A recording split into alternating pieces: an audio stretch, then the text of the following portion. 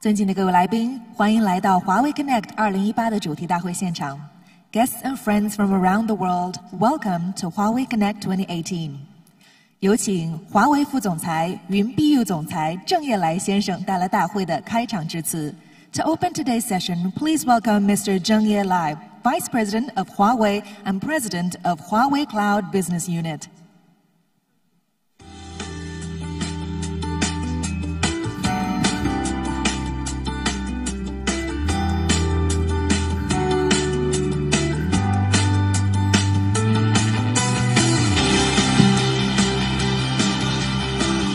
各位尊敬的来宾，大家上午好。 Distinguished guests, good morning. Good morning to all the audience here, and also good morning, good afternoon, good evening to those online. This is the third day of Huawei Connect 2018. First of all, I would like to say thank you for attending this meeting. We have a 3-day meeting. On the first day, Eric Xu, our rotating chairman, talked about what Huawei has in the intelligent world.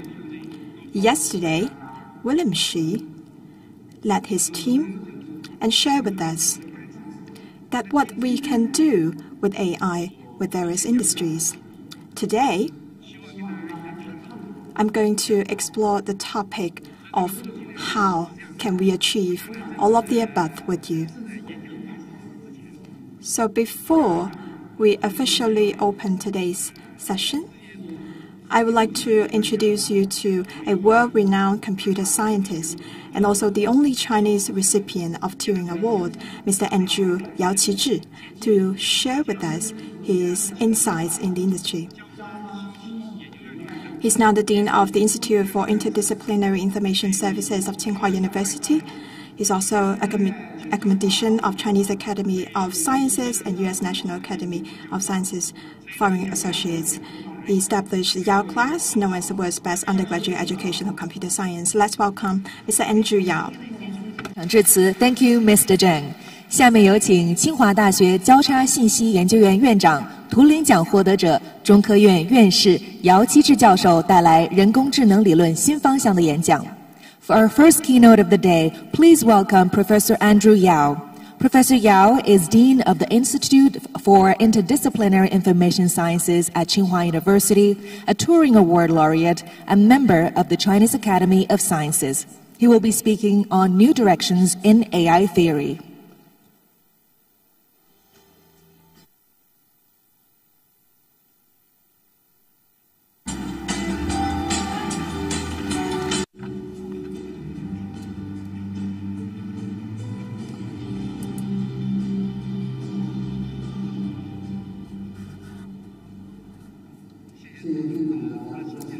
Thank you, Mr. Zheng, for your introduction. Good morning. I'm really honored to be invited to this big event of Huawei. I would like to thank Huawei for inviting me and giving me this opportunity to speak on this topic. Today, I'm going to explore with you the topic of new directions in AI theory, especially about the artificial intelligence theories directions. For the general public, they might not be familiar with the content of this regard, but I'm sure in the future it will be important from the science perspective. It will be also important for the next round of breakthrough innovation and also application.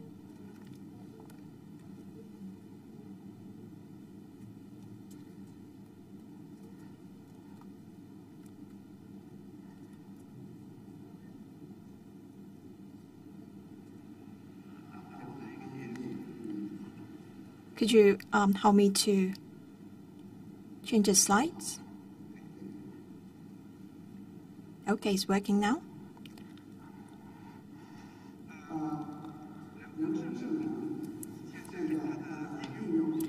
Artificial intelligence, as you can see, is everywhere in healthcare, transportation, especially autonomous driving.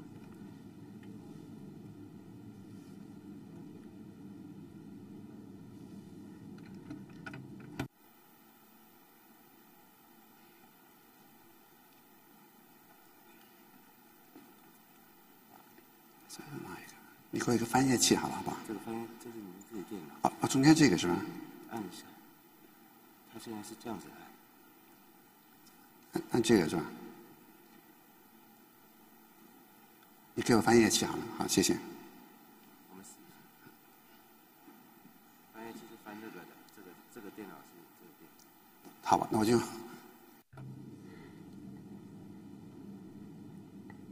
Okay, it was some technical issues.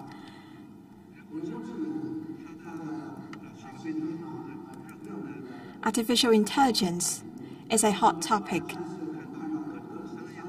And we now can see AI applied in various industries for commercial use.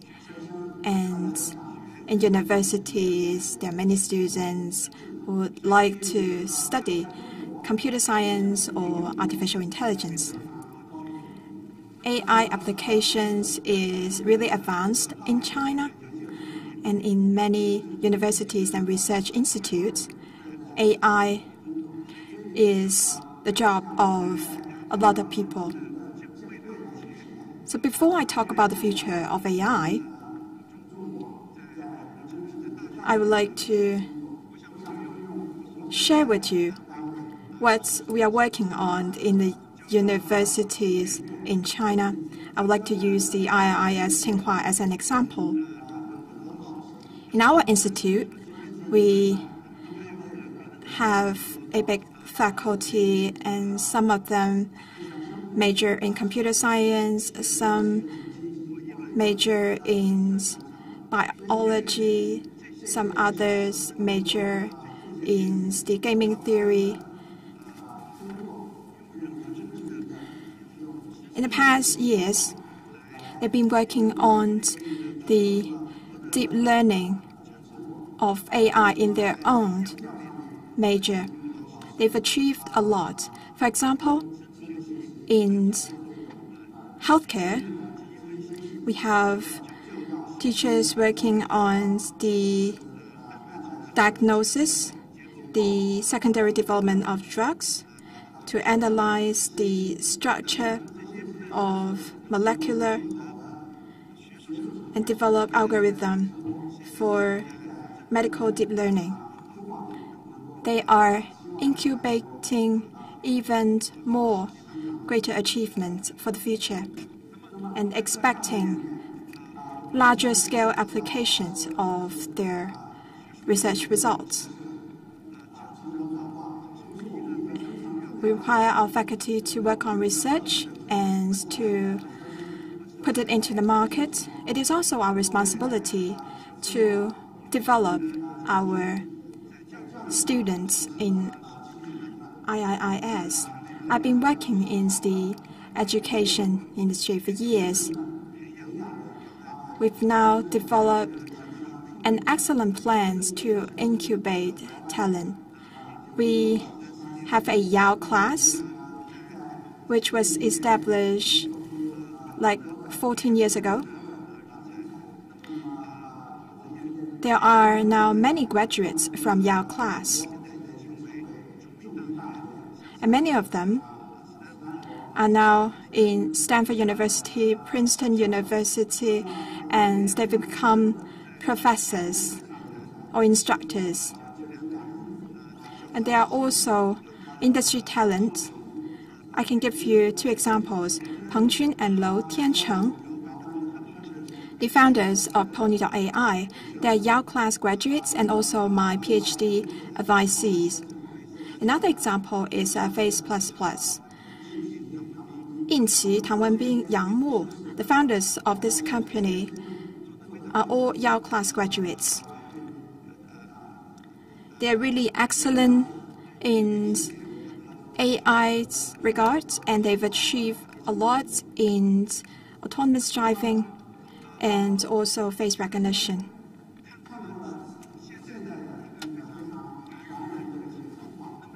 We can see that AI is now really popular in China in various industries. And what will be the future of AI? I would like to point out 3 major directions. The first one is in urgent need now, because in the past 5 to 10 years, AI was mainly based on a technology called deep learning. 3 decades or 4 decades ago, the concept was already raised. But only until recently, because of the development of computer, hardware, and software technology, people discovered that deep learning can achieve things that we were not able to imagine. For example, AlphaGo can now compete and beat the human chess winners. And face recognition is an area where AI performs better than human beings. It can be applied in many industries. AI technology will definitely become even more fruitful in the next 3 to 5 years and create enormous wealth for the human society.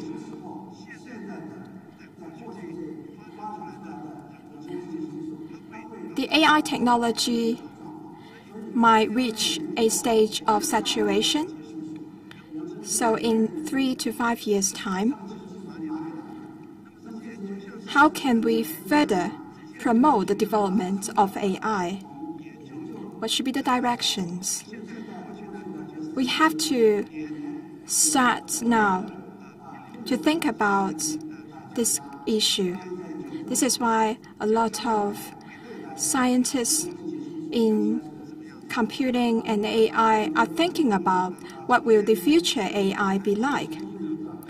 There are a lot of works in this regard. I would like to talk about just one aspect of it. It's a most down-to-earth one, and it's relatively mature compared with others.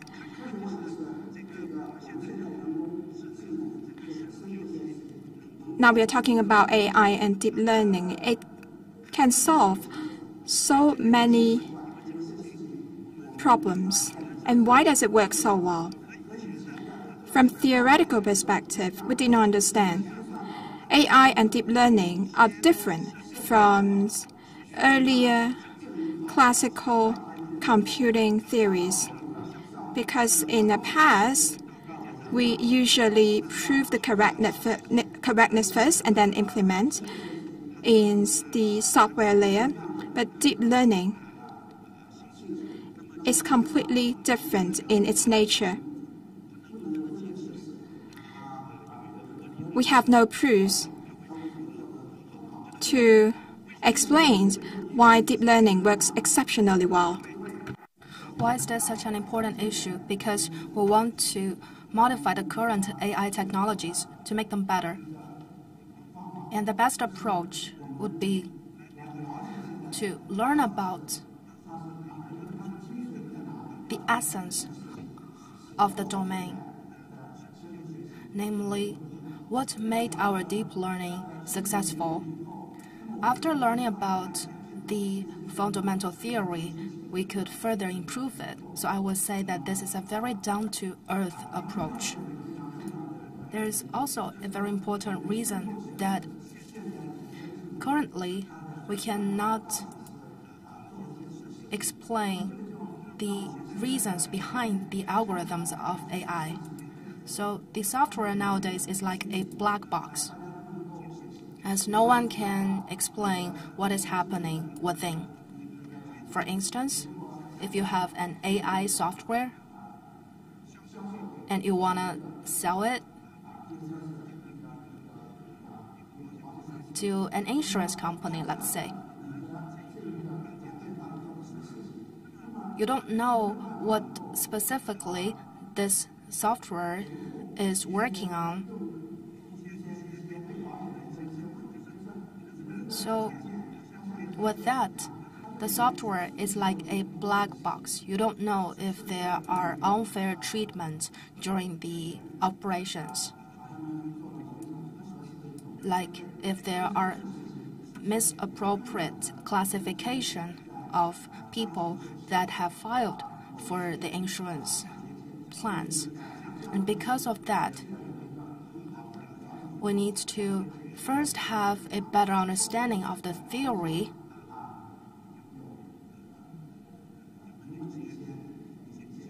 so as to address those issues we encounter during legislature and other scenarios. When we are doing research, we see that there are many experts, some computer science experts, some on information theory, and some are physicians. The major reason for that is this is a very important subject, and it is also very challenging. The traditional methods may not help us to find the answers. Therefore, in the academic circle, there are a lot of outstanding experts that are addressing these issues. So this is the first direction of AI theory development. Second, this is somewhat related to a legacy issue. When we first started developing AI, it was after the birth of computers. Alan Turing came up with a question that whether the AI computing can imitate people's behaviors. So the challenge he threw to the world is that if there is a way for us to program something that can be comparable to mankind, that has very natural intelligence. This is a question that stays unanswered for many years. Yet, recent breakthroughs in the AI domain has shed some light so that we're able to learn something more about AI.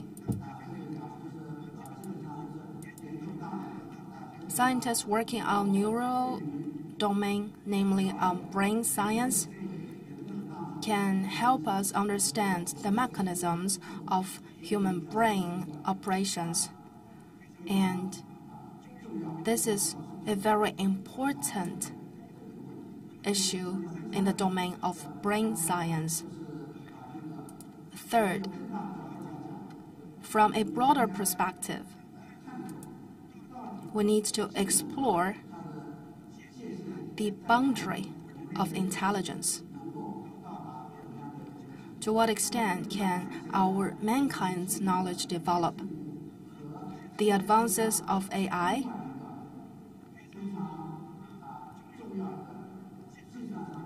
are relevant to a very important breakthrough in computing domain, that is quantum computer. This is a revolutionary concept.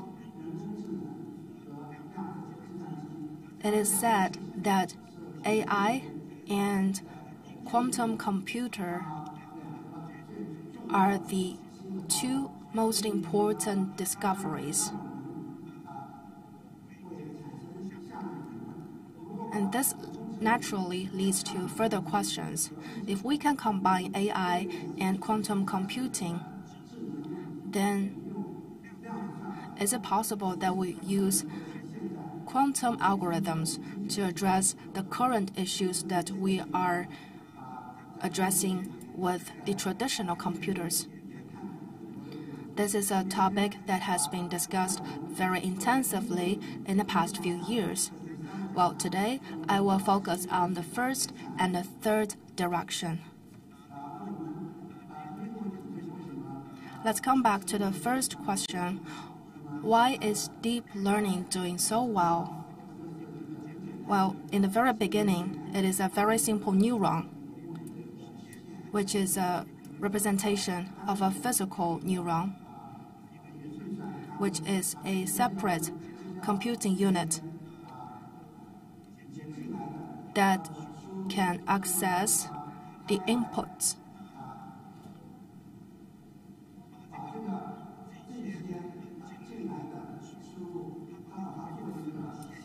These inputs are summed up with linearity to see if it is more than 0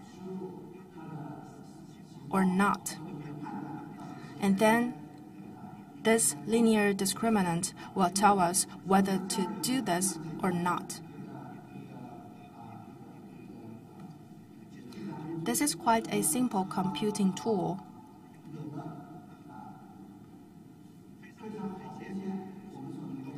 And it can give us a lot of insights. First of all, it has limited scope because in a high dimension space, it can only distinguish the current situation. For instance, if it is on the top or in the bottom of the current plane.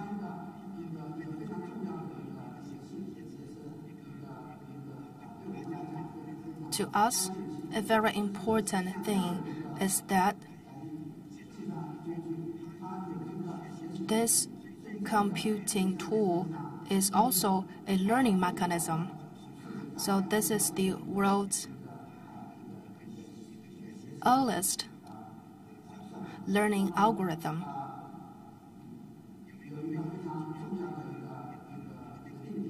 There's a very important theory called perceptron convergence theory.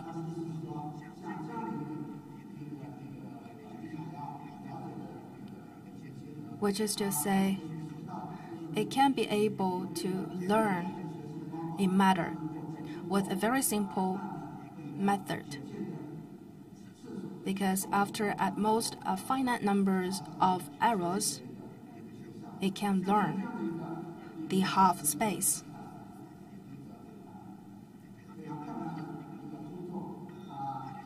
This is a beautiful piece of work.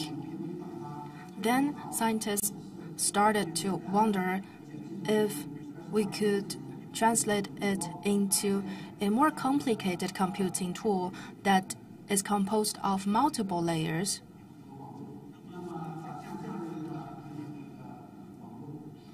Namely, the multi-layer networks from the 1970s, the 80s.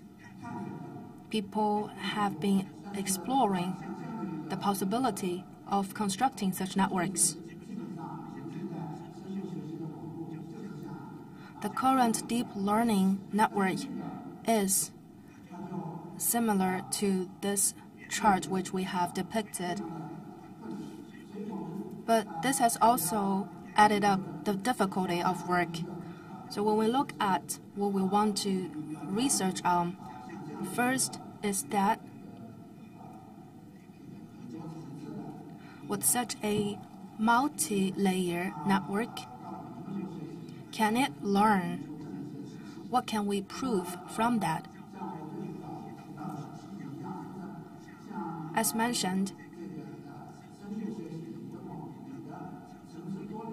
when there are more and more layers in the deep learning network, there is not an explicit way to explain the essence. In the last decade, we found out that deep learning works exceptionally well, but we have no proof. Therefore, the simple perceptron theory, which we just talked about, is something that we started to discuss whether we're able to also prove the learning capability of a more complicated network. This issue has baffled scientists for several decades. Recently, the success of deep learning made people understand the importance of addressing such issues. Recently, there are many scientists that have been working on it, and in particular, in the last 2 to 3 years, there are very exciting progresses. If it is a 3-layer network, then we are able to understand why it can be learned through this 3-layer network. Let's look at another domain, namely experts working on information theory. Their research focuses on regarding a deep learning network as a information that can be evolved throughout the time, and then eventually the information can be inferred as the output. To information theory experts, they are discussing whether it could be described in information theory.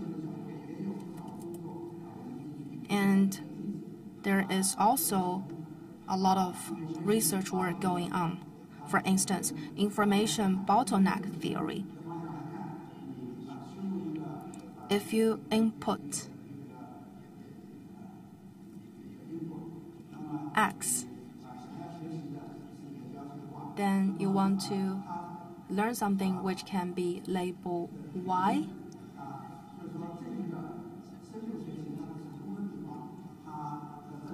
The theory is that the deep learning process can be described in the following way. Between different layers, the information can be compressed as much as possible, while it still keeps the properties you need for making this label valid. In this way, it will be as close to the label as possible. According to the information theory experts, they think that this is what the deep learning network is working on, namely to have a mathematical representation of this theory. They also have some concrete proofs. There is also an unexpected community, the statistical physician community. They understand that there are some systems that can be understood hierarchically.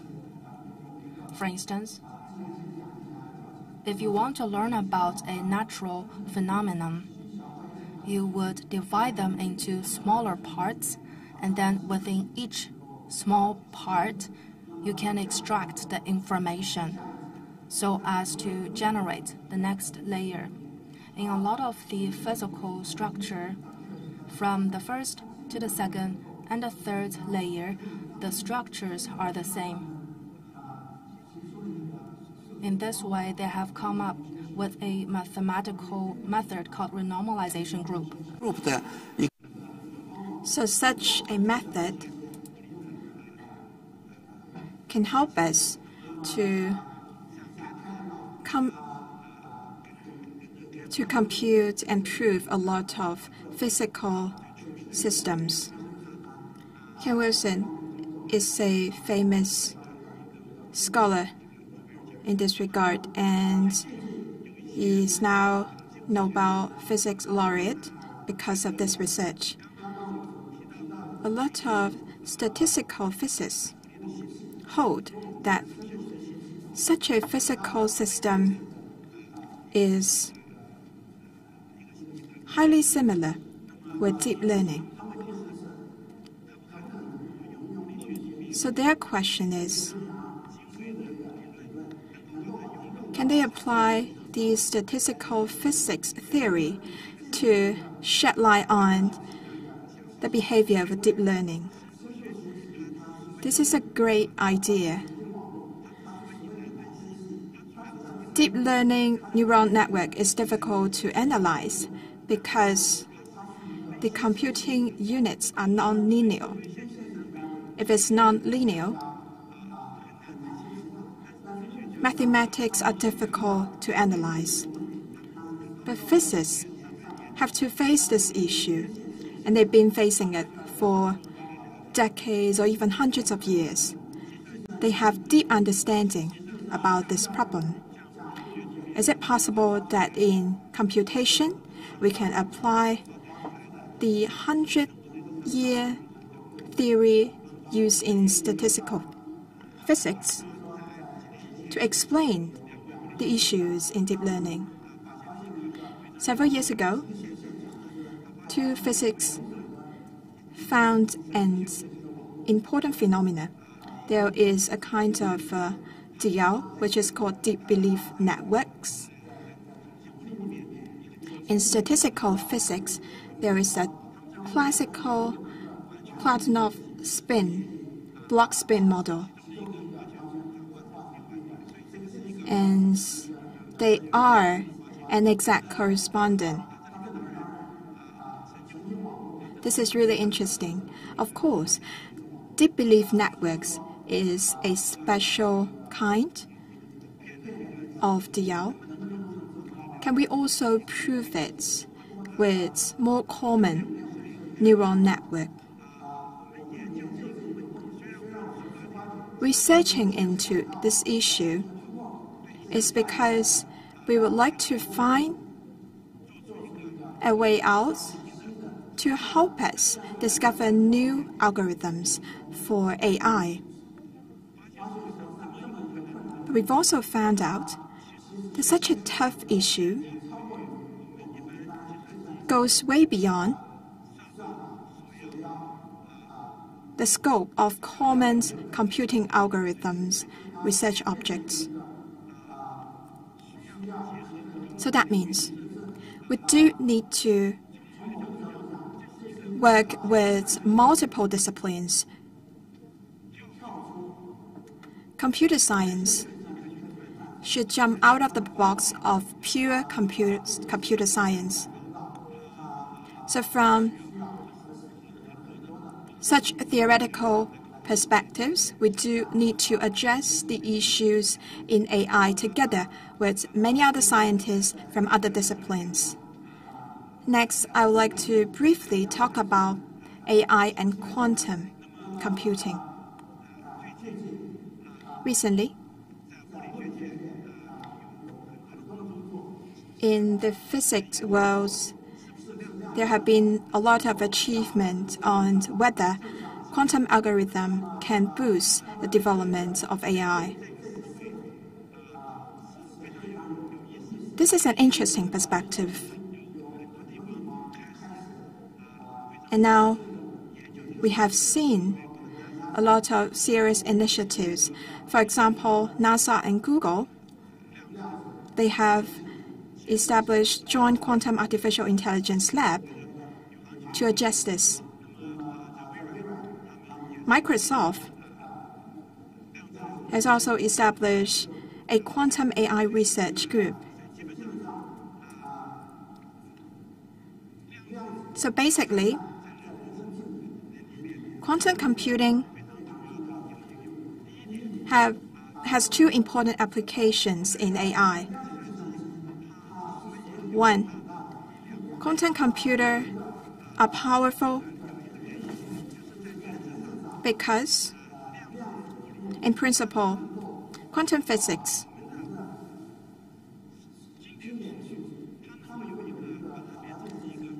has a way to transform the classical data by exponential acceleration. In theory, if we use exponential acceleration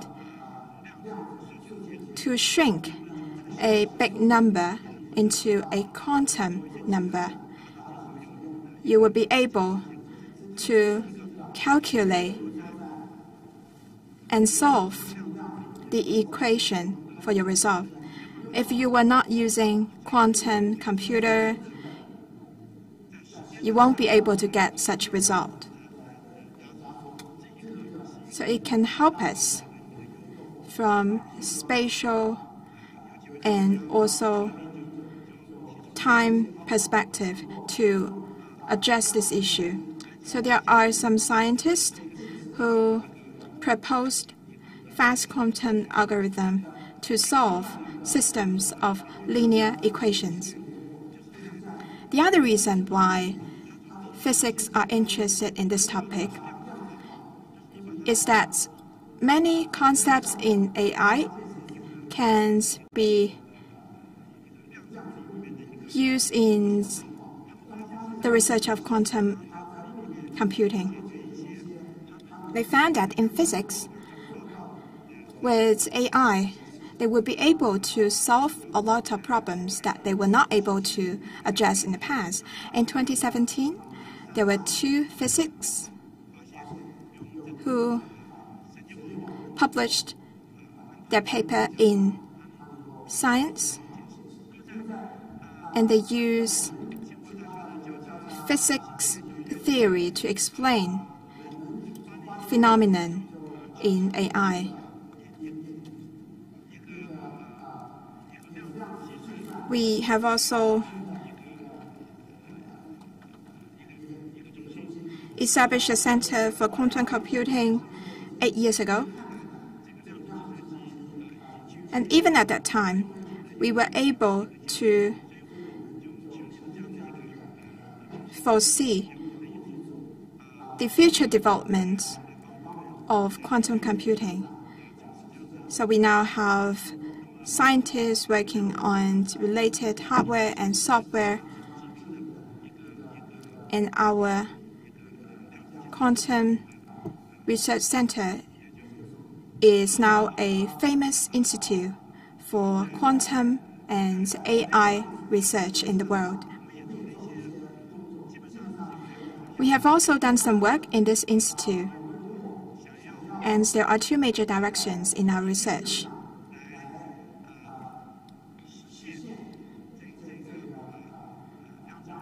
We would like to realize quantum AI algorithm with hardware. Is there any ways to achieve it? A key here is we do need to find a way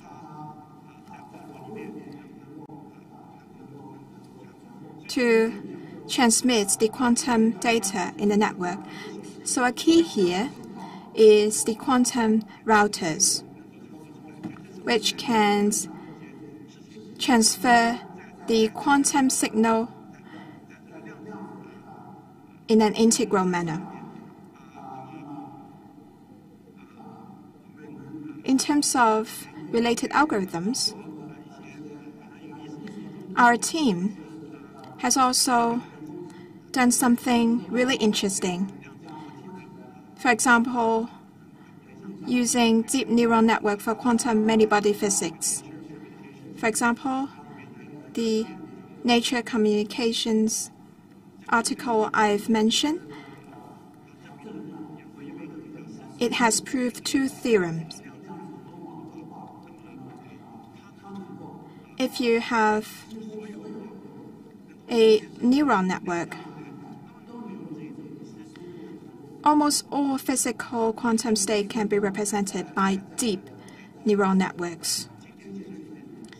So in classical computing, that was something we could never imagine. So to conclude, I should say we have the following observations. Number 1, foundational study of AI and machine learning have seen interesting issues and topics, and they will have great future impact on science and human welfare. Number 2, As we research into artificial intelligence, we found that the issues now addressed by AI are not limited to AI only. It can be combined with neuron science, quantum physics, and other disciplinaries. Basically, we think the success story of deep learning can be regarded as a natural science. They are the same with all other natural science we may observe in our lives. If we understand this well enough, just like how well we understand the common natural phenomena we see in this world, this is why we need to treat it as just as another branch of natural science. And this is why we need to utilize interdisciplinary methods. And we've seen astonishing achievement in this domain. It has raised to us another important question of what is intelligence and what is computing. This is a new beginning. It's like building a new interdisciplinary science. And in this new interdisciplinary science, we need to combine AI, brain science, and quantum computing together and put it under the same framework for research. Thank you. 感谢姚启智教授关于人工智能理论新方向的精彩分享。Thank you, Professor Yao, for your insights. 接下来再次有请华为副总裁、云碧玉总裁郑业来先生带来演讲，致敬开发者，共创 AI 的世界。For our next presentation, let's welcome Mr. Zheng Yelai back to the stage. He will be speaking on two developers creating the AI world together.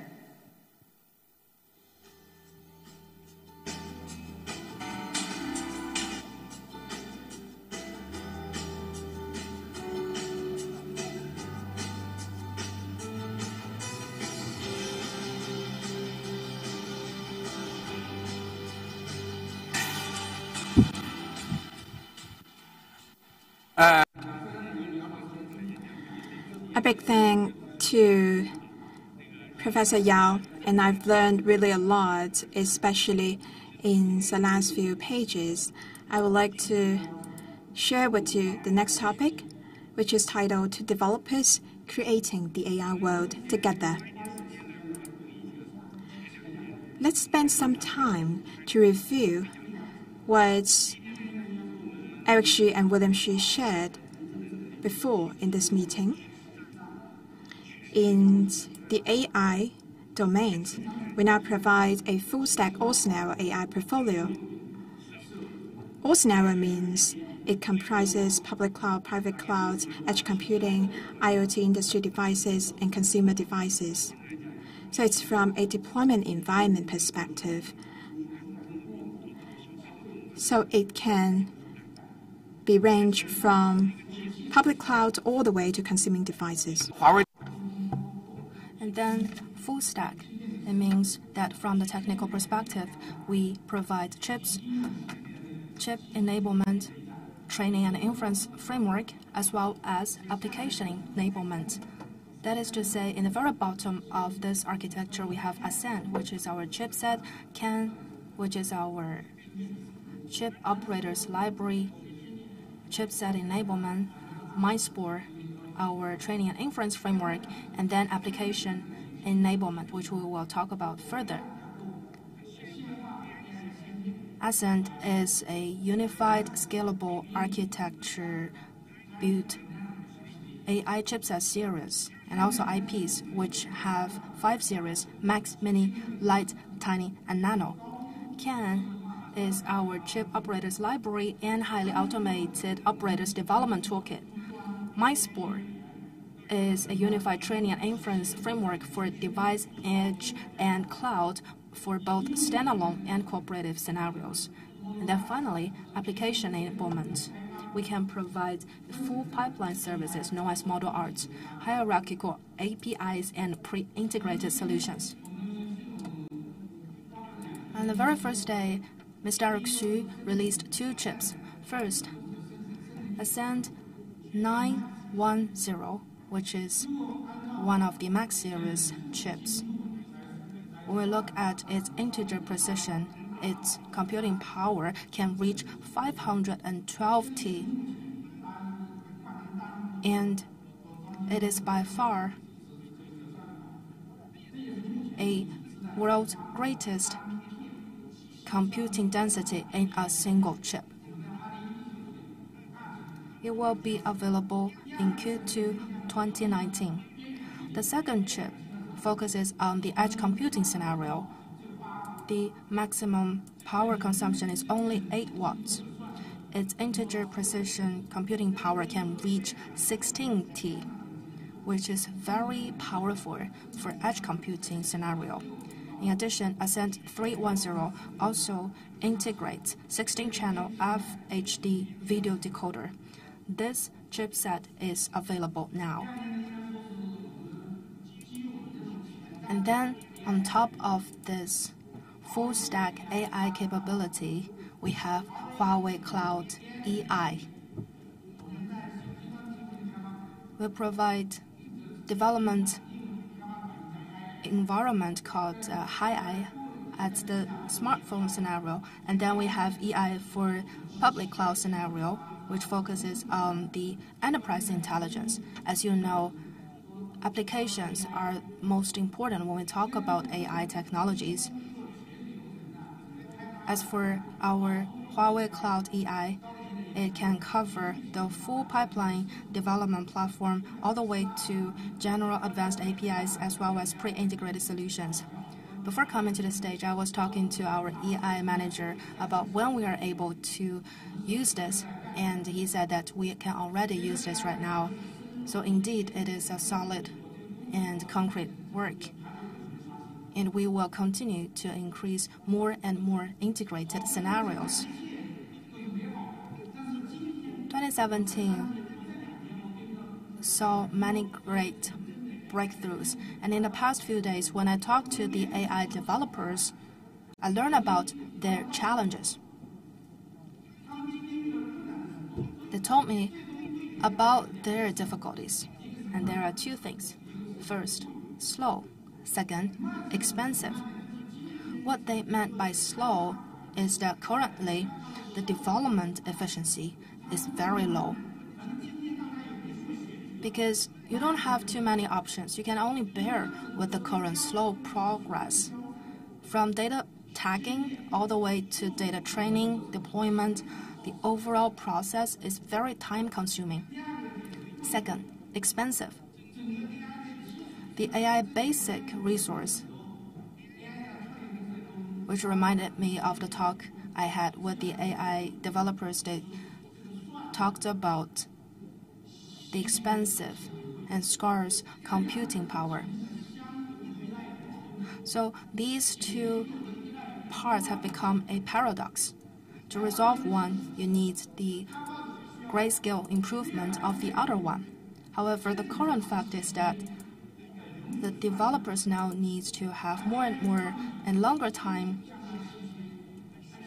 computing power. However, AI computing power is still very few, and we need to see its reuse more often. And now we have showed you some new products. Let's first enjoy a video clip.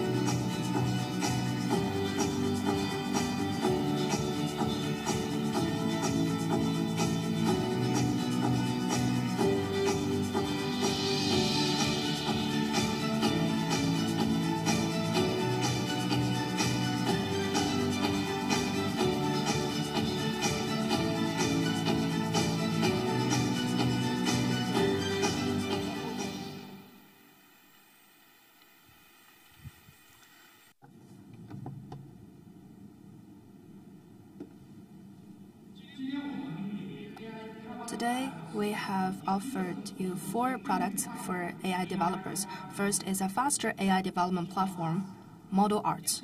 Second, we hope to provide a vision AI application development platform that knows the developers better, HiLens. Third, the offline development kit that has continuous experience with the online experience, which is called Atlas 200.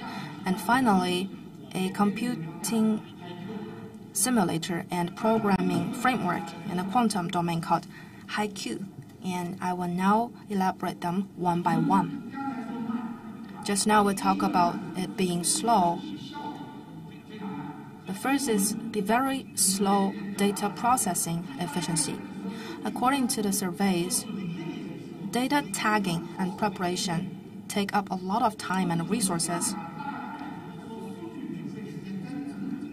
taking up about 50% of the total development time. So people joke that there is no intelligence without artificial power. The inbuilt AI data framework of ModelArts can governance data with AI mechanism to use iterative training to resolve the data quantity issue during tagging.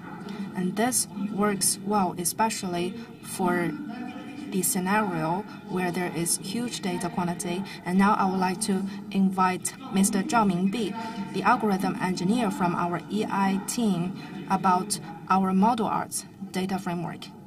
Thank you very much, Mr. Zhao. Zheng, now let's take autonomous driving as an example. We have to deal with very massive data, about 40. If we rely on manpower, it will be very expensive. So our framework will first sample the data, and then we will do pre-tagging. In this way, we can filter the difficult cases that we have to do manually. In this way, we can estimate the workload so that the 40 TB data processing can be reduced within 1%. All of our demo is online, and you can see that on our Huawei portal. And again, when we talk about slow, it takes a lot of time to do model training. So we want to reduce the time spent by half. The long training hours are related to the model complexity, dataset, and the hardware resource configuration. ModelArts adopts various optimized technologies. For instance, our cascading hybrid parallel technology, which helps us to reduce time spent for model training by half with the same model, same dataset, and the same hardware resources. And in particular, in large-scale cluster training, our linear speedup can reach 0.8. Another factor about it being slow is its model deployment part. The scaled AI deployment will be more and more complicated. For instance, smart transportation, which is a very common scenario. And when we update the model, we need to deploy it one time to the cameras of different specifications from different vendors. This is a very time-consuming and very big effort. ModelArts can be able to push the model with just one click to all the devices on the edge. The cloud deployment also supports online and batch inferencing so as to satisfy the demands for highly concurrent and distributed scenarios. We also hope to utilize automatic learning to deal with the development efficiency. So this is what ModelArts can enable. AI will be widely applied in different sectors. As Mr. William Xu explained yesterday, how can we enable different sectors through AI? I once said that the development of AI today is thanks to computing power and also to the data generated from different sectors, so that we are able to utilize the data for model training. It is very difficult to adopt AI because the algorithm developers may not know about the expertise and vice versa. So we have to change AI technology into a basic skill. ModelArts provides an automatic learning capability, including the automatic design of model and automatic hyperparameter tuning, so that every developer can have very rapid onboarding experience. And I would like to invite Zhang Mingbi back to the stage to share with you about this model. Okay. With automatic learning, the user can rely on very simple guidance to train their own model. Let's take target detection as an example. On the platform, we have some existing algorithms can support this function.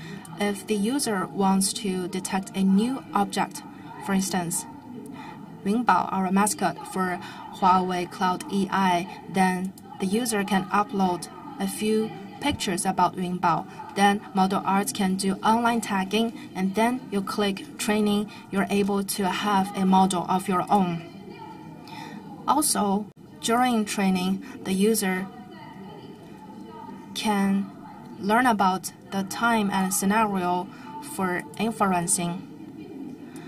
Automatic learning is not just for entry-level developers.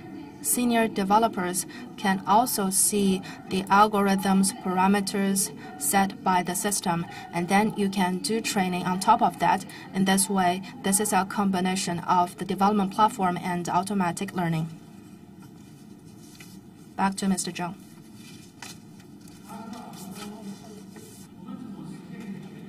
How can we realize a full pipeline management? During AI development, there is a frequent scenario that when we are done with training, we are very satisfied with the result, but we don't know the original data version. ModelArts can provide a full life cycle management as it covers data tagging, training, algorithm, model, and inferencing service. So this is a full pipeline visualized management. In this way, tens of millions of models, datasets, and service targets can be managed without any manpower. So the saturation diagram is generated automatically. You can choose any of the model and find the relevant data sets, parameter, and model, and you know where they're deployed, especially the functions of resuming from a training checkpoint and also comparing training results. They are really loved by our internal AI developers. And I always say to our colleagues that we observed all the complicated operations to Huawei and show our developers the easiest way of using AI. ModelArts provides to the developers a shared management platform to support data model and APIs share management. Internally, within a team, you'll be able to share the data and models.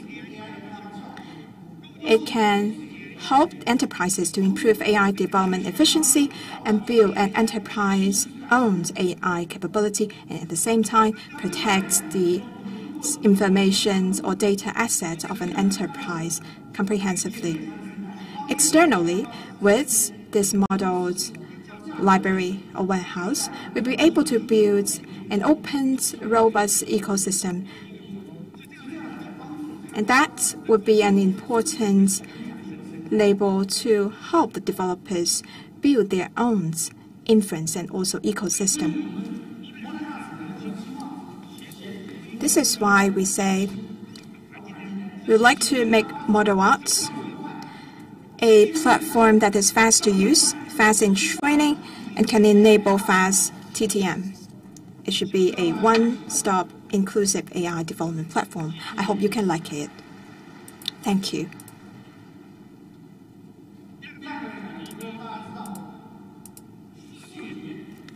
Secondly,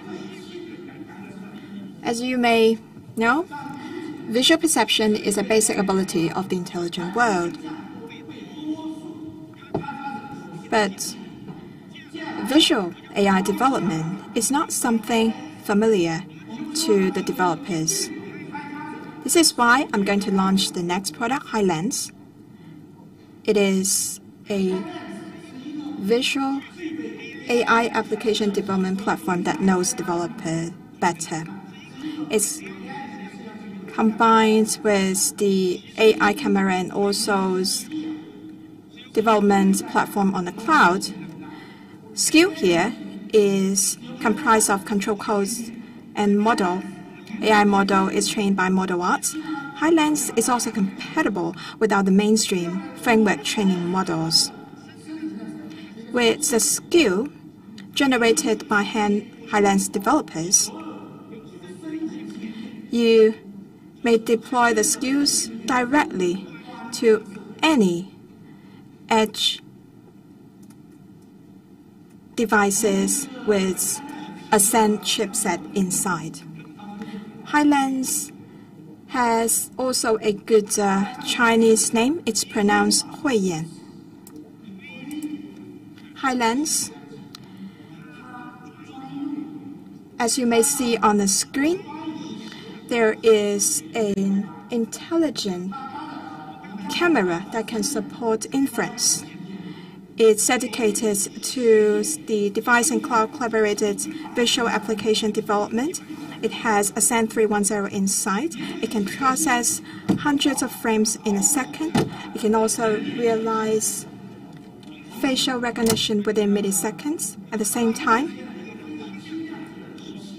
it has been embedded with a lightweighted container. This is why it consumes fewer resources. It can also significantly reduce the demand for network bandwidth. Because of these two, the downloading is really quick. Let's take a look at skill. We talk about skill, accelerating development of visual perception application. It is like equipping the AI applications with a pair of eyes. It can be applied in multiple scenarios, like companion robot, fatigue driving, detection, and also in mining and other scenarios, the security productions, detection, as well as logistics. We hope that HiLens can boost the creativity of developers. Let's invite Zhang Mingbi to show you another demo. Okay, hi everyone. Now I'm going to lead you in a hands-on practice. I'm going to run a key point detection of the human body parts in this robot. So we would like this robot to learn how we dance. We would like to train a deep neural network in these robots. There are two time-consuming jobs. One is about how do we train a model. We need to prepare the data. We need to choose what kind of network structure model. We need to set the parameters and make the iteration. After designing such a model, the next question would be how do we deploy what we've designed in this robot. Next, I would like to show you how I address these two issues with HiLens and ModelArts. You may see on the screen. you can see a lot of visual AI applications in the skill market. For end users, there's no need to develop. You just download and install. Your equipment is now able to run a new skill. If developers would like to deploy your own model, you can also train it in the ModelArts before you introduce it to the HiLens platform. Now let's train one here on site. I've given it a name. It's used for the key points of human body detection. Choose a place to store it. So this is where I store the codes.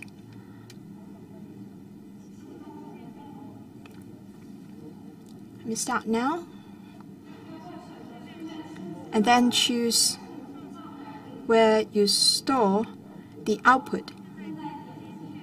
Now I can click confirm. You can see the model I've just created is now up and running.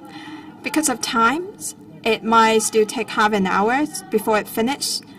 So I have prepared one that has already been trained. I'm going to introduce this, import it to HiLens. Here I choose import model. This is one model that has already been trained, and you can see now it's here in the HiLens platform.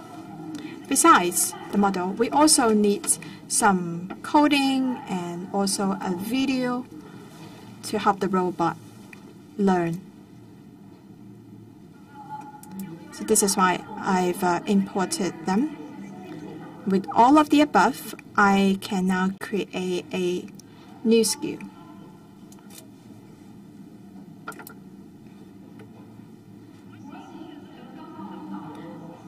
So choose the model we've just imported, choose the function we just imported, and confirm. And you may see in the list the new model I've just built. You can click deploy here and choose in the list the robots and deploy it to the current device. The deployment of skill is done.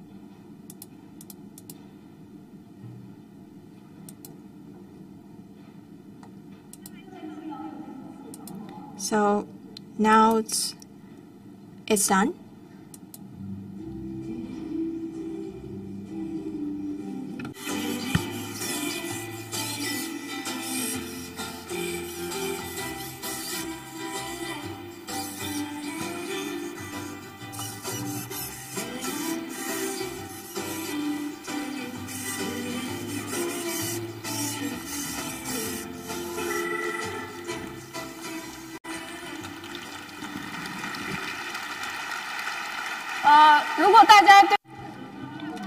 If you are interested in ModelArts platform, you may participate in our AI competition here.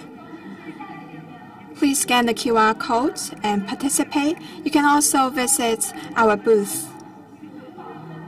And after completing the task of counting how many Yunbaos we have, and you can win a lot of awards, and the top award would be Porsche.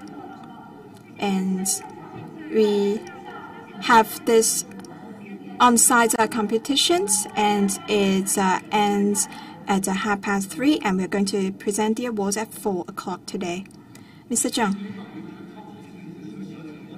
I don't understand the gender of this robot. Is it a girl or a boy?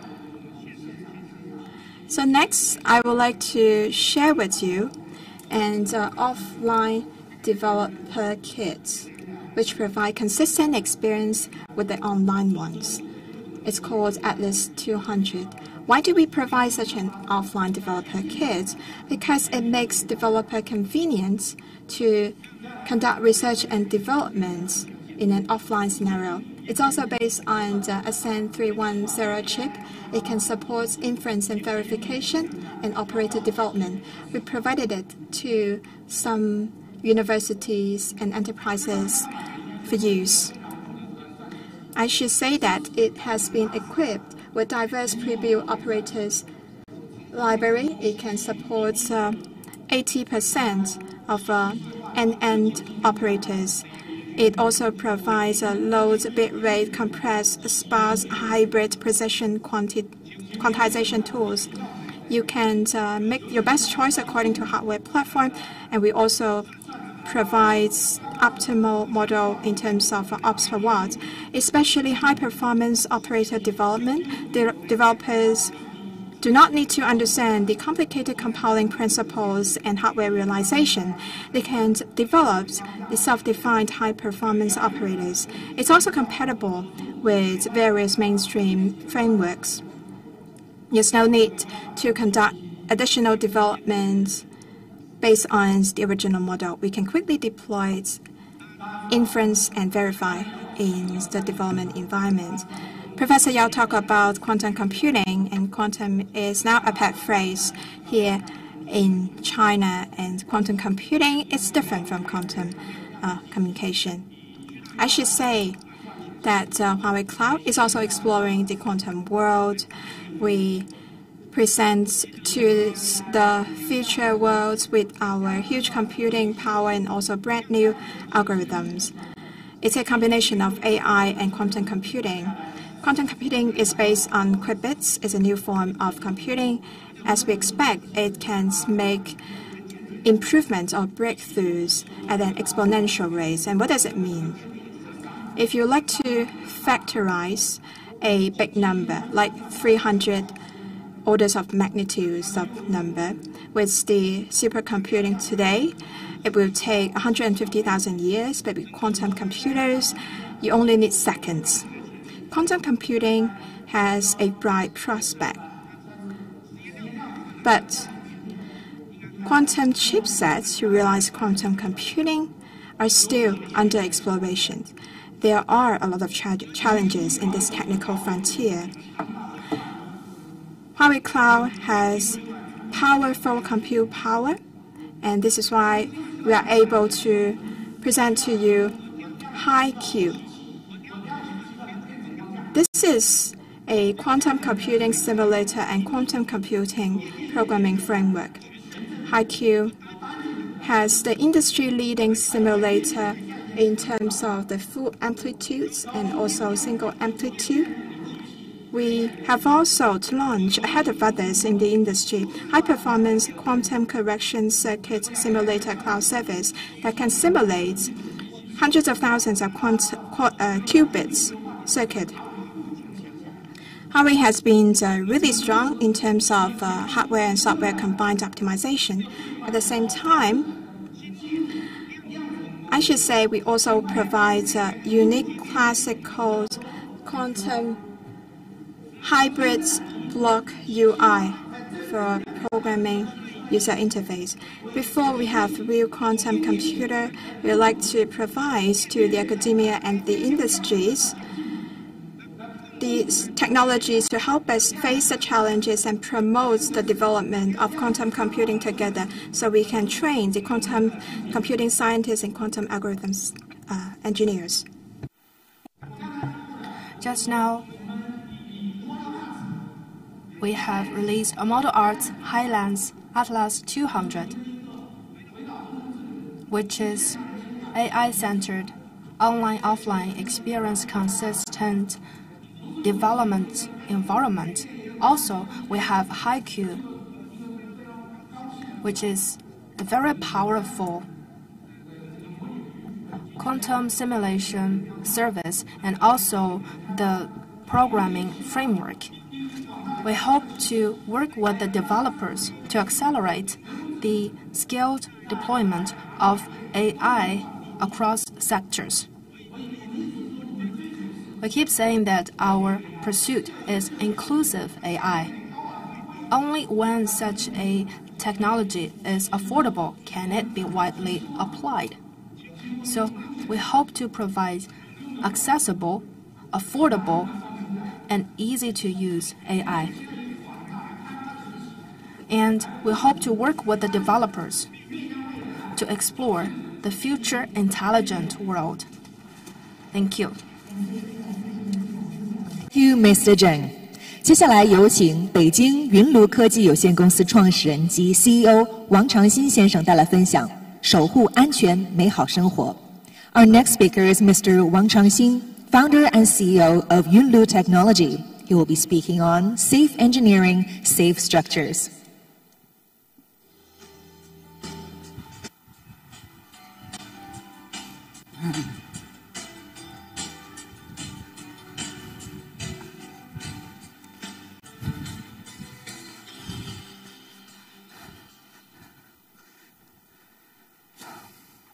大家好。 Good morning, everyone. I'm the CEO from Yunlu, and I'm very happy to have this opportunity to participate at the 2018 Huawei Connect. And here, I would like to share with you how our company has developed with the help of Huawei's AI offering. We are a high-tech company. We have the mechanical simulation platform together with Huawei's Cloud AI. We're able to develop an IoT big data platform for better structural health monitoring. As we know, engineering safety is critical, whether it's smart city or smart transportation. We need the assurance of engineering safety. And engineering accidents can happen during O&M or during construction period. Nowadays, many countries have attached great importance to the planning of infrastructure-related disaster mechanism monitoring and early warning methodologies.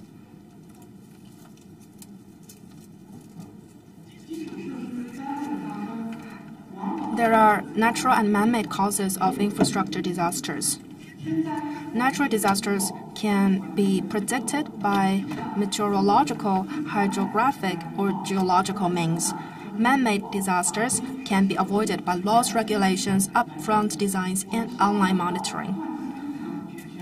We hope to develop a health monitoring system that can be progressed throughout the life cycle so as to find out engineering issues in time to avoid or reduce accidents related to quality and safety.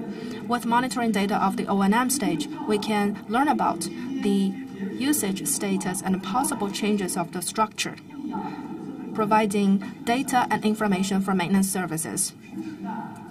At the same time, based on the data from the engineering and the O&M stage, we can have reference for designing phase. When we talk about structural health monitoring, it's similar to the health monitoring in the medical science because we need to collect data, analyze, diagnose, and then finally reach conclusions. The health monitoring technology has been developing for 20 years, but most of them are still using traditional sensors to collect data, and they cannot have very effective and accurate analysis of data. This industry is of multidisciplinary knowledge. First, we need technologies such as sensors, networks, cloud platform, and integrated systems. And at the same time, we also need to have computing mechanism and sophisticated domain-specific languages. Also, we need to have data modeling, big data analysis, and AI data mining. In addition, we need to learn about the damage situation. And for instance, the stiffness matrix and the service lifecycle prediction. With Huawei Cloud AI, our jointly developed system can find potential safety hazards in time and to provide early warning system. As you can see here, we have used Huawei cloud offerings of more than 50 development modules. Of the development have been migrated to Huawei's cloud, and we develop on top of Huawei's cloud container and microservice. In addition, we adopt distributed data service and data storage services. In addition, we utilize machine learning, deep learning, image recognition from ModelArts. Next, I would like to share with you 5 use cases about the development we have made with the help of Huawei Cloud AI. This is a fiber transmission sensor, as we need a wire to connect to the collection device, and the device has to be connected to the host machine. So this is a very complicated wiring layout with massive cost. And now we hope to develop new sensors with Huawei Cloud IoT module. The access and management control can be more convenient. With Huawei's edge computing module, the data can be processed near its source. In addition, with Huawei Cloud's edge capability, we can access multiple kinds of sensors. So with the collaboration between edge and cloud, it can reduce 70% of equipment cost, improve 2 times in terms of fast response. In addition, it can reduce more than 90% of the network traffic and eliminate 2/3 of the invalid data. As we know, the construction of a building is a time-consuming process. There are many participants from complex backgrounds, and there are frequent changes throughout the process. How can we ensure that there is consistency between digital information and physical goods? Well, this is indeed a challenging issue. With Huawei Cloud blockchain platform, the drawings, contracts, and disclosure documents are distributed through blockchain, ensuring consistency among owners, designers, contractors, supervising managers, and the O&M personnel, so that they have the same content, same understanding. What we want to learn about the most is the timely information about the structure. So once there are any changes, we can learn about it beforehand to avoid incidents. Therefore, we need to have effective prediction of the health situation. As the old saying goes, no man can step in the same river twice. The bearing capacity of a building also changes with time. With the actual environmental loads like wind, temperature, plus the structural response situation, we will calibrate the stiffness matrix so that we can use the systems or its substructures overall matrix as the correction target. Also, we can take the system's design parameters as the correction target, like density, elasticity, modulus, cross-sectional area, so as to learn about the actual situation. And then when it comes to wind speed, wind pressure, and temperature, these additional factors can help us to have more accurate prediction. What you are seeing here on the slide is the achieved result, namely the wind pressures impact on structure. The blue is the actual scenario, and the red is our predicted scenario. You can find out that we have reached 90% accuracy.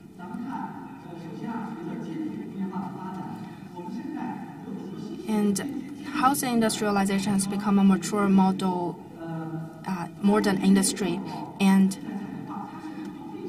this is a prefabricated mold, so that it is not built entirely on site. Instead, it is pieced together by different prefabricated modules. And housing industrialization has widespread applications in some developed countries. In 2015, at the China Engineering Project Management Development Conference, it was mentioned that the ratio of prefabricated buildings among total newly constructed buildings shall reach at least 20% in 2020 and at least 50% in 2025. So there will be massive development. There will be great opportunities. But with that, there are some technical issues we have to deal with. For instance, how can we ensure that during routing, the intensity is maintained? Therefore, all of the total grout holes have to be analyzed. So the yellow, green, and red stand for different meanings. The yellow is the wires, the green means the successful ones, and the red means the unsuccessful ground holes. So in the past, we had to rely on manpower. Now with Huawei clouds, ModelArts, deep learning, image recognition module, we're able to recognize such pictures. If we can upload 100 photos, we can have automatic inspections with nearly 80% accuracy, so as to improve 50% efficiency of the inspections team and also to reduce 30% error rate of the construction team. So this is a stadium. As time progresses, fatigue, erosion, and aging indicators will lead to different levels of damage. How can we pinpoint the locations and to learn about the degree of damage? This is very important. We understand that to install sensors on the buildings, the original structural properties shall not be impacted. And also, for affordable costs, we cannot deploy as many sensors as possible. So, first, the number of sensors shall be as few as possible, and second, it needs to fully reflect the structural property. Given that, we need to identify the damage. In the past, the recognition is just some minor parts instead of the whole picture, and now we're able to identify more complicated structure. So here you can see that this is a very complicated structure with multiple construction structures. So there are primary and secondary locking mechanisms. The secondary locking mechanism take up about 40 tons. And also we can effectively identify the change of strengths. Based on Huawei's GPU modules and also computing powers, the simulation efficiency can be enhanced by 100 times. And based upon the implementation platform of Huawei, we can get second-level response. So through Huawei's AI platform, we can fully analyze the data and fully monitor the situation and monitor the situation of the whole structure. We want to expand low-power consuming and low-cost IoT applications, improve O&M efficiency, and reduce cost. We want to develop a structure health monitoring system and eliminate safety hazards in the initial stage and contribute to building a smart city. We want to create a big data platform for the engineering health monitoring and promote the joint development across the industry chain. We want to work together with Huawei AI to create a better life for everyone. Thank you. 分享 Thank you, Mr. Wang. 接下来有请 DevOps 研究与评估协会 CTO Jess Humble 先生为我们带来分享从程序员到智能世界的构建者。Our next presenter is Mr. Jess Humble, the Chief Technology Officer of DORA, DevOps Research and Assessment. He will be speaking on From Coders to Builders of the Intelligent World.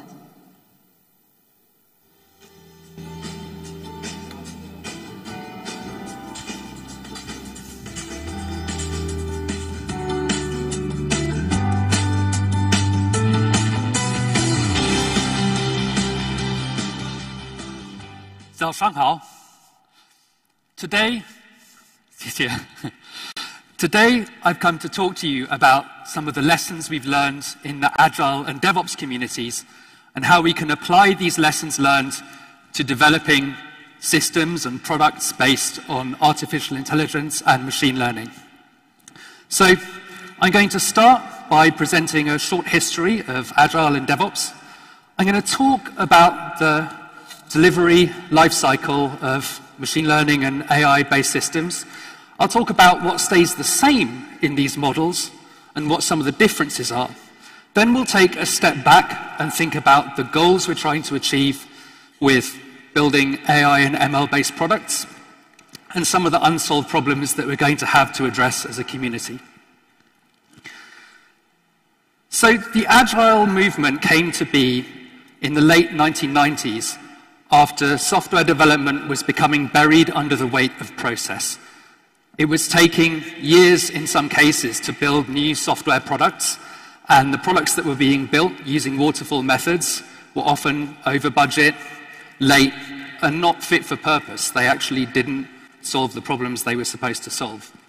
So the Agile movement came into being to address this problem by encouraging much greater collaboration between the business and the technology teams, and by working to deliver software incrementally right from the beginning so that we could learn from users and from customers what was working and what wasn't working and iterate and build incrementally. However, in the course of adopting this method, we found a new problem, which is we're able to get software built, but we weren't able to get it into production. Releasing software was really hard. There were huge roadblocks to getting software delivered. And this is where the DevOps movement came into being. DevOps enables rapid, reliable releases of software through much better collaboration between development, testing, operations, InfoSec, and by improvement of the delivery process through work such as architectural simplification, and automation, and better sharing. So, we don't have a definition of DevOps, but we can talk about the DevOps movement, a community which is dedicated to building large-scale distributed systems that are robust and reliable and secure, and crucially being able to continue making changes to those systems and evolving them at a rapid pace. This is the problem faced by internet giants such as Amazon, Google, Netflix, and by Chinese companies such as Alibaba and Tencent. So we haven't completely solved these problems, but we've made enormous progress as a community, and I hope to inspire the AI and ML community, hopefully to learn from some of the lessons that we've learned. The three foundations that underlie DevOps are known as the three ways. The first way is systems thinking. This is about building organizational systems and technical systems which enable the fast flow of work from development through to operations. That also requires building quality in, making sure that we find quality problems early, and that in turn enables us to work in small batches, take a few lines of code and deliver them all the way into production, potentially deliver many times per day into production. To enable this fast flow, we need feedback loops from our tests, from other people in the organization, to make sure that we really are building quality in and building high-quality software and products. And when we can release in small batches rapidly, we can also build feedback loops from our customers to help us understand if we're actually building the right things that solve real customer problems and deliver value to our organization. So once we have this fast flow of work and these feedback loops, we can then build a culture of continuous experimentation and learning, where we're constantly trying new ideas and experimenting, and we have a system and an organization which allows us to fail fast and to take what we've learned and spread it through the organization and through the wider community. And this is how we've learned and developed as a community in DevOps. So the team at Dora, Dr. Nicole Forsgren, Jean Kim, and me, we've been studying high-performing organizations for the last 5 years in our research program. This year, we just released the 2018 State of DevOps report. You can download the Chinese version. There's a link at the end. In these 5 years, we found software delivery performance matters. It impacts organizational performance. It helps organizations achieve higher levels of productivity, profitability, and market share. And we also found a valid and reliable way to measure the performance of your teams. So there's 4 key metrics you need in order to measure the performance of your teams. Number 1, lead time for changes. How long does it take you to get changes from check-in through to release? And number 2, deploy frequency. How frequently can you deploy those changes into production? So these first 2 are speed or throughput measures. Then we have 2 stability measures. Time to restore service. When you have an incident in production, how long does it take you to restore service? And then change fail rate. When you push a change into production, what percentage of the time does it fail or require some kind of remediation? Now, the most important result, in my opinion, is this one. And if you take one thing away from this presentation, it should be this. High performers do better at speed and stability. They are not moving fast and breaking things. They are moving fast and delivering higher quality and delivering higher stability as well. And that's very important. The faster we can go and the more stability we can produce, that allows us to learn faster from our users. I love this quote from Brett Victor. He has a really great video about innovation and how to innovate. And he says, so much of creation, of innovation, is discovery. And you can't discover anything if you can't see what you're doing. It's so important, whether you're building simple software systems or AI, machine learning powered products, to be able to have an idea, create a new version of a model or tweak a model and see actually the impact on your production systems, on your users, and on your company, and to get that feedback loop really short and get those lead times really short. So in the DevOps and Agile communities, we came up with this paradigm called continuous delivery. So continuous delivery is a new way of delivering software. Traditionally, we had phases. We had a development phase, and then a testing phase, and then a release phase.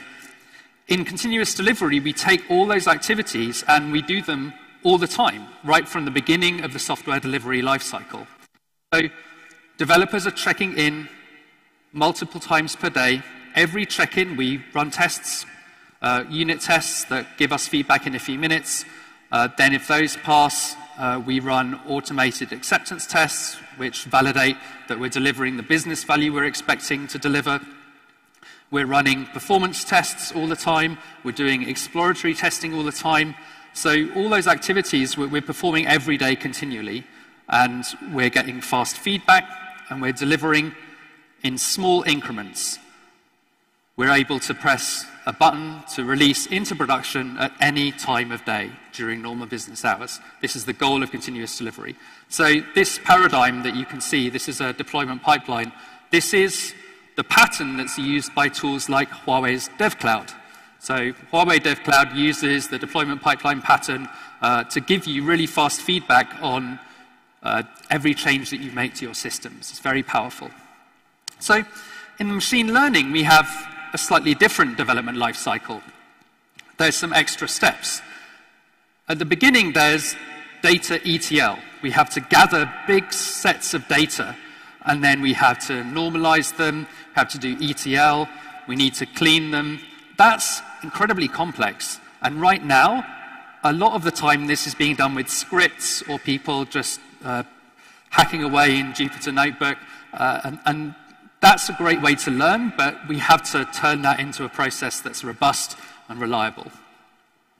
And then we select algorithms, we train models, we validate them, we push them into production, and then we also are getting large amounts of data from production to help further train our models. So that's an extra piece when we're doing AI, machine learning, software development, and delivery. So what you can see is that there's some things that are different. We have to deal with these big data sets to train our models. We have to get all this data back from production. But there's also some things that are going to stay the same. We still want to be taking a continuous approach to development, being able to make changes in small batches. We still want to be able to deploy in a highly robust, reliable way to production at any time. So how do we achieve these goals in the AI development lifecycle? Well, some things that we've learned in the process of applying DevOps principles are going to stay the same. We're still going to want a tool chain for getting data, normalizing it, ETL, training our models, validating our models, deploying them into production. We need a robust, reliable tool chain for doing this in a predictable way. We're going to need a platform for doing all that work, that ETL, training, validation. There's a bunch of software like TensorFlow, Hadoop cluster, so forth, but we need to form a robust platform which has its configuration managed in a comprehensive way. We've got to productionize this life cycle that we use for AI machine learning. And then we can find our feedback loops and optimize our feedback loops, get fast feedback, and shorten our lead time so we can learn faster and so we can deliver faster and more reliably. And also, this idea of test-driven development is still important. Ideally, when we're building and validating models, we need to be able to write tests that describe the expected behavior of the model and make sure that it's not breaking its invariance, that it's achieving the correct results and making the right predictions. There are some things that are different, though. So training lead times are really long. That's a big problem that we need to address. Secondly, managing these huge amounts of data. We can no longer rely on very small teams to achieve, to build software. We need big teams to manage these huge amounts of data and normalize them and do ETL and so forth. That requires that we have a data pipeline, which we need in addition to our software delivery pipeline. There's also a lot of R&D time for algorithm selection and model training. Creating and validating a new model can take months of specialist R&D time, and that's a huge amount of resources you need in order to achieve that. And then finally, a lot of AI systems are being deployed to the edge, and that presents a whole set of problems as well. We often have many different types of devices in the wild, many different versions of those devices we have to support, and making sure that we have robust production APIs that can gather data from these fleets of devices at the edge, that we can update these fleets of devices up at the edge. This is going to be a significant problem as well. So, just briefly, I mean, we've been dealing with distributed systems for some time, and we've been learning some lessons from building and operating distributed systems. And some of that knowledge is going to help us as we deploy ML-based systems to the edge. So how, for example, can we make sure that we can verify these models and that they're operating in the field? This is going to be a significant problem, particularly as we evolve data sets, making sure that we don't have to design the schemas in a big upfront way. As those data sets evolve, how can we make sure that we can still do that ETL normalization in a way that's robust and resilient?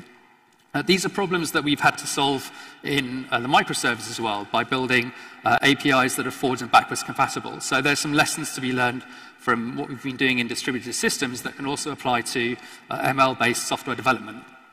So I just want to take a step back and look at the goal that we're trying to achieve in an AI ML development lifecycle.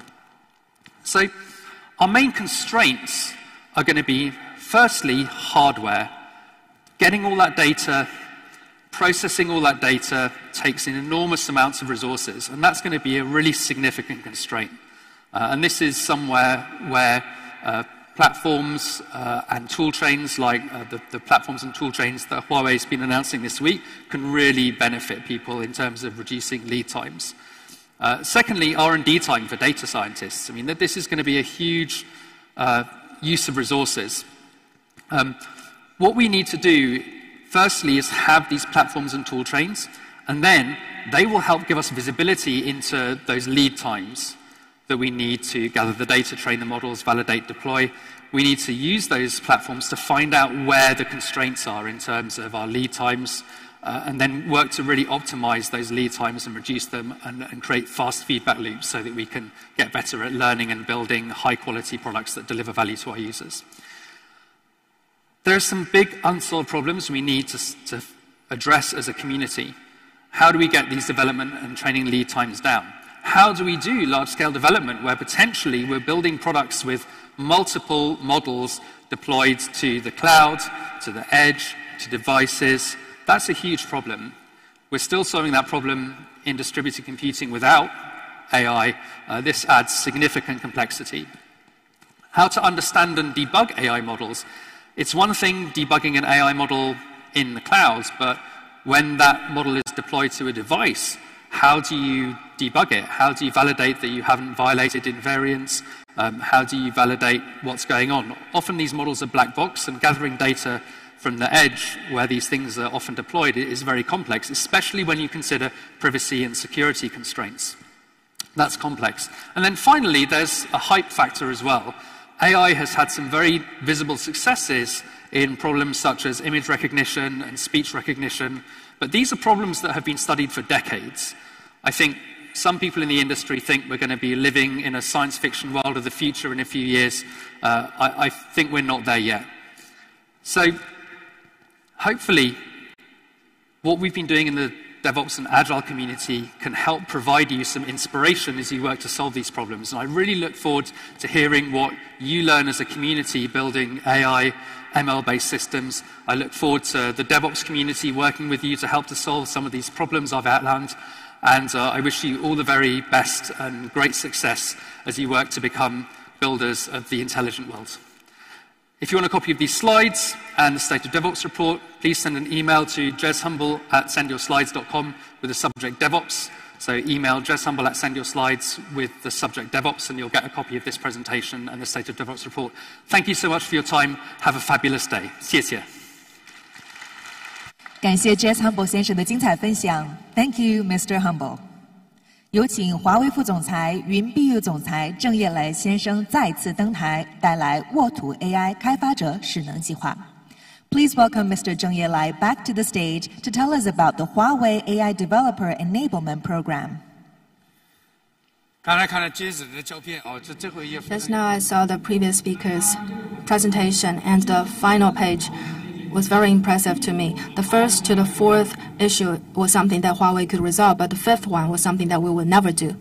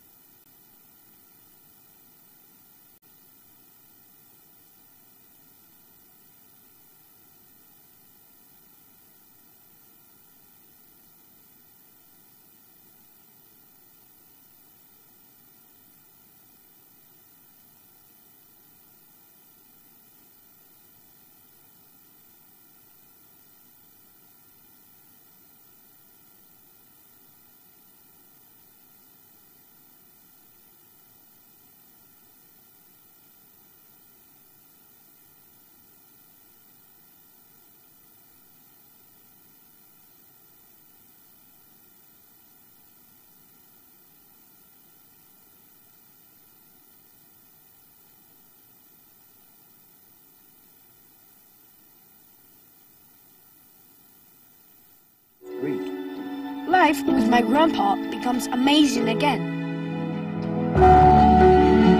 Now he even tried to be a developer. He's a real fighter.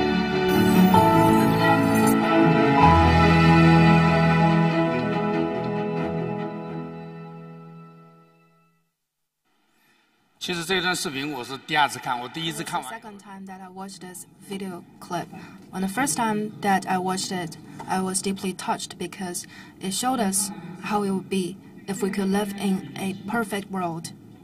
The evolution of AI can be achieved thanks to Huawei's Ascend chip HiLens platform, so that every developer can innovate with AI.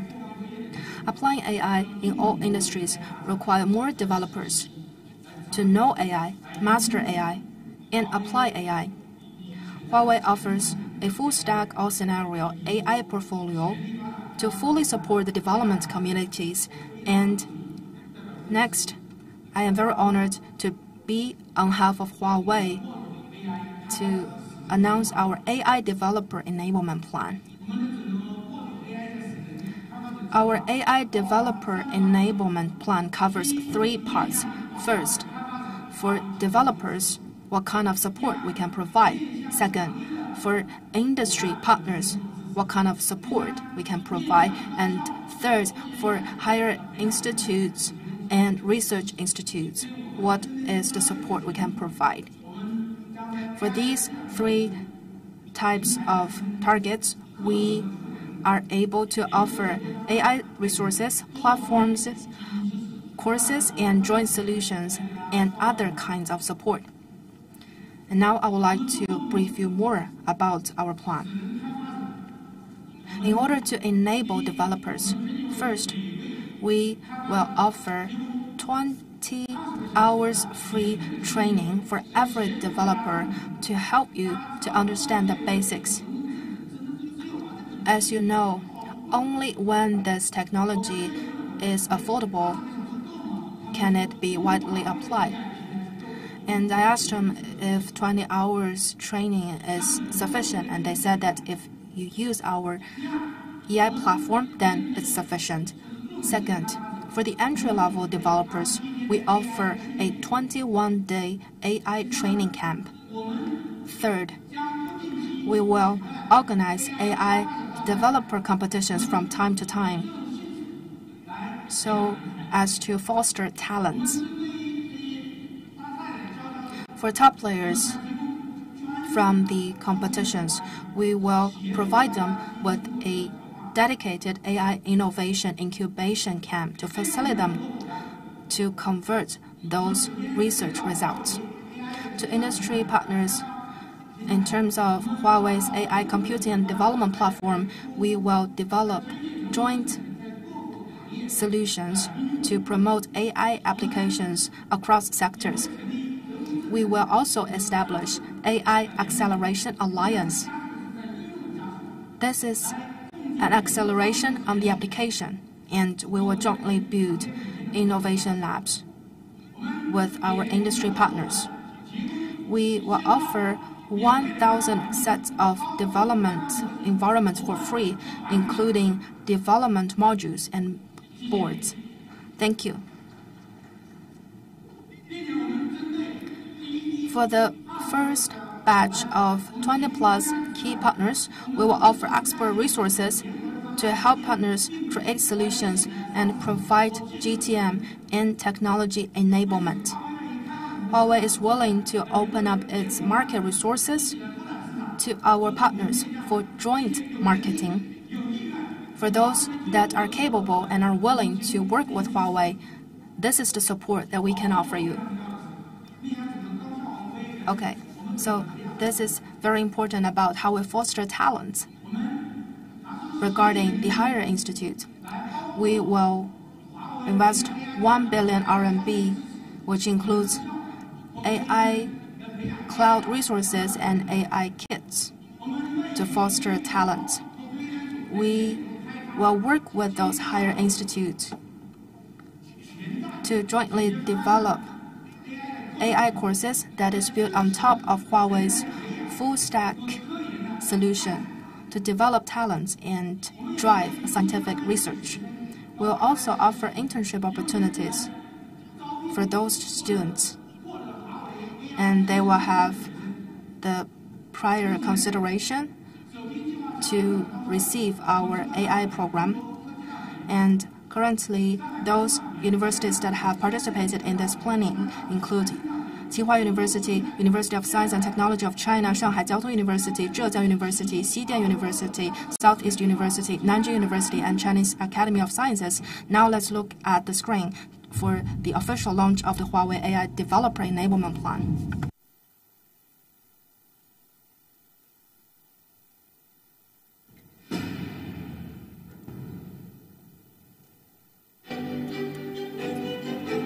有请清华大学交叉信息研究院、浙江大学、西安电子科技大学及来自多维视通、科技、汇纳科技、精锐视觉、马龙科技、深墨、依图。Now let's welcome the representatives to the stage. They are from the IIS of Tsinghua University, Shanghai Jiao Tong University, Zhejiang University, Xidian University, Southeast University, and companies from YSDM, and so on. Leading partners, these include representatives from the Tsinghua University Institute for Interdisciplinary Information Services, Zhejiang University, Xidian University, and Southeast University. Representatives from our partners, V-System, Changxin Technology, iLumentel, Winner Technology, RiseEye, Malong, Simo, Yitu, ISA, Yidao Boshi, CloudWalk, and IntelliFusion, and 8 outstanding developers.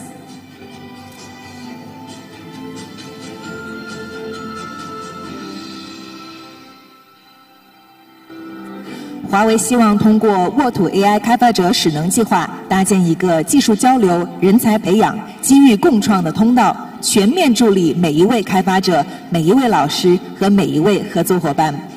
Huawei's Developer Enablement Program for AI will help build a pipeline for technology, skills, and future opportunities. It will offer great support for every developer, educator, and partner.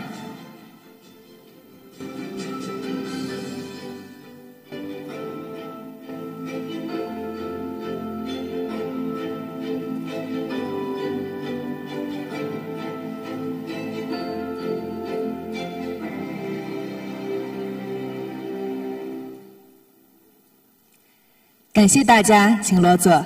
Thank you, and please be seated.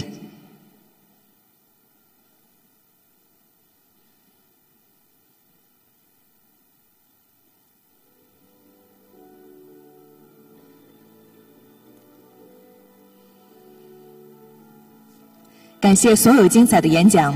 至此，华为 Connect 2018主题大会已经全部结束。感谢大家的出席。Many thanks to all of our speakers for the inspiring presentations, and thank you all for joining us at the keynote session.